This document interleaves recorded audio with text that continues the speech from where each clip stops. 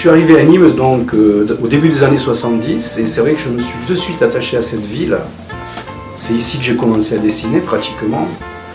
Et même par exemple, si à une époque je travaillais énormément à Montpellier, que ce soit comme journaliste, dessinateur, bon, je travaillais à France 3 pendant 6 ans, je n'ai jamais cessé de vivre à Nîmes. Nîmes, je crois que ce qui me fait rester à Nîmes, c'est les amis. C'est-à-dire que j'ai la chance depuis 30-40 ans d'avoir énormément d'amis, enfin énormément, le chiffre est décent quand même, mais surtout des gens auxquels je tiens et je pense qu'ils tiennent à moi. Et tout ça est lié bien sûr à la tauromachie, à la peinture, au dessin, aux activités artistiques. Et pourquoi ne pas le dire aussi quand même, à ma fréquentation assidue des établissements style bar ou autre quoi.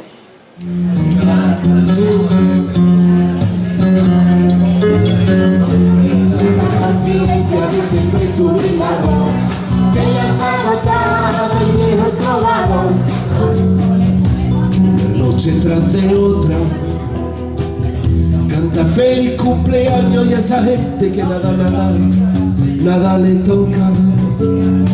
Se va buscando la vida con su presión C'est le deuxième court-métrage que j'ai tourné qui s'appelle Le Matador Paroxystique et qui est un film qu'on a tourné en film dans les années 90. Qui a été tourné entièrement à l'Imperator, puisque c'est là à l'époque qu'elle est Torero. C'est un court-métrage un peu absurde, comme pas mal de choses que je fais. Donc c'est un court-métrage qui raconte l'histoire de Matador qui est très courtisé par les femmes, mais qui ne peut jamais aboutir, car s'il aboutit, il meurt. Donc toute sa quadrille va mettre en place un stratagème pour qu'il n'arrive jamais à jouir. Pour ne pas le perdre et qu'il puisse se retourner le lendemain. Voilà, j'ai transposé dans le lit un peu le drame qui se joue dans l'arène.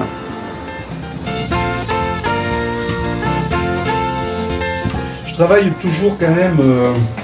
Il y a des amis qui me disent tu travailles pas à l'ordi. Je dis je suis resté dans cette école moi du dessin traditionnel.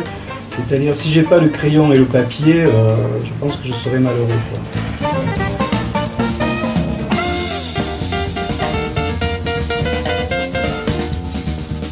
Moi j'habite Nîmes depuis le 1er janvier 1995. Je suis parti dans la nuit du 31 décembre et j'ai conduit donc de Paris jusqu'ici. Et je voulais devenir nîmois parce que c'est presque inexplicable. C'est sans doute parce que c'est la ville qui me ressemble le plus, je trouvais. Mais en tout cas je ne supportais plus d'habiter à Paris. Et j'avais besoin de retrouver mon côté sudiste et sans doute mon côté hispanique aussi. Je pense que je retrouvais complètement ici, où je suis très heureux.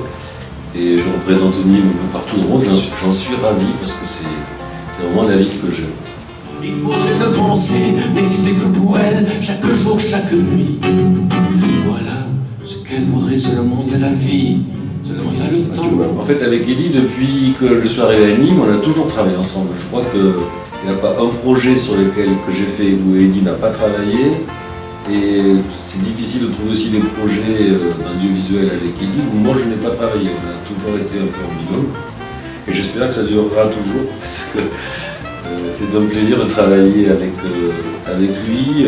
On s'entend très bien, on se comprend très vite. Je crois qu'il sait tout de suite ce qu'il faut faire et je crois que je sais tout de suite ce qu'il faut faire sur son travail.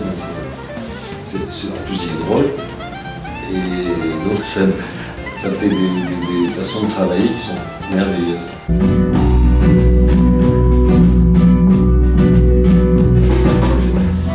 Voilà, je crois que je suis chanceux en art. J'ai toujours beaucoup de chance de travailler avec des musiciens exceptionnels, toujours.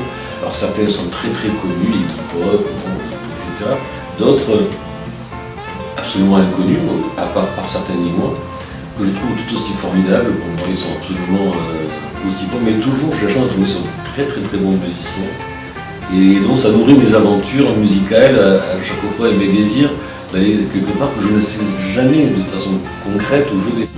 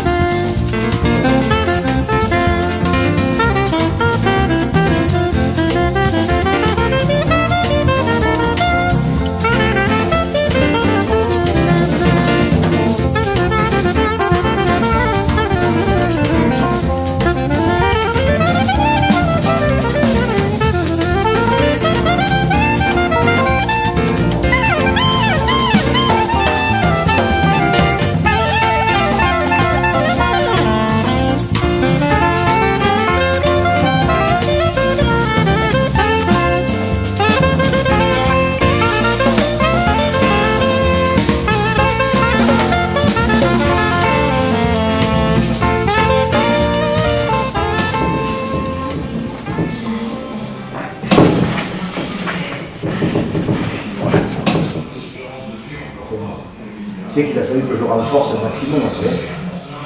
J'ai voulu venir donner un coup de main, c'est qu'on a tout sorti, on les a couchés et on a renforcé derrière tellement que ça allait travailler. Je n'ai pas de. Je n'ai pas choisi de thème, tu vois. Hein. J'ai voulu présenter des travaux que j'avais envie de faire depuis des années, dans ceux que j'ai aimé faire d'ailleurs, que j'ai repris. Donc c'est déjà du collage, tu vas voir aussi que des acryliques, tu vas voir une technique mixte avec tissu, tu vas voir. Je veux tout faire. Et la priorité à la forme et à la couleur. Plus de thèmes fracassés. Je prends des affiches, je fais l'inverse. C'est-à-dire que je détruis, je construis pour faire un faux panneau. Alors qu'ils avaient fait des vrais panneaux qui sont arrachés.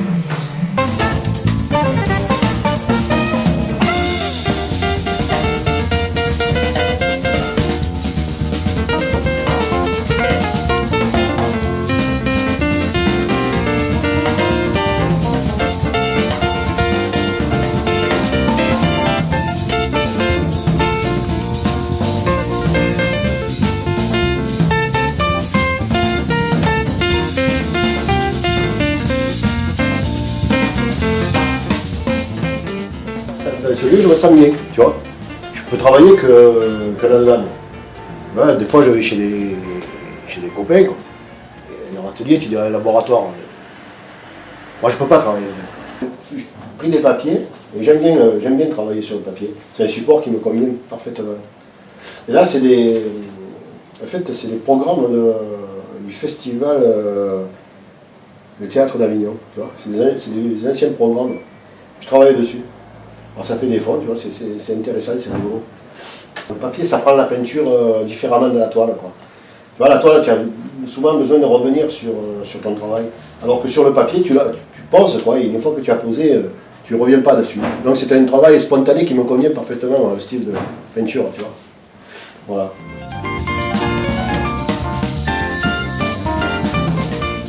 Je vais réaliser quelques sculptures pour l'année prochaine, donc pour l'été prochain. Qui se fera dans les jardins de l'Impérator certainement, et donc bon, ce sont des essais que j'ai fait.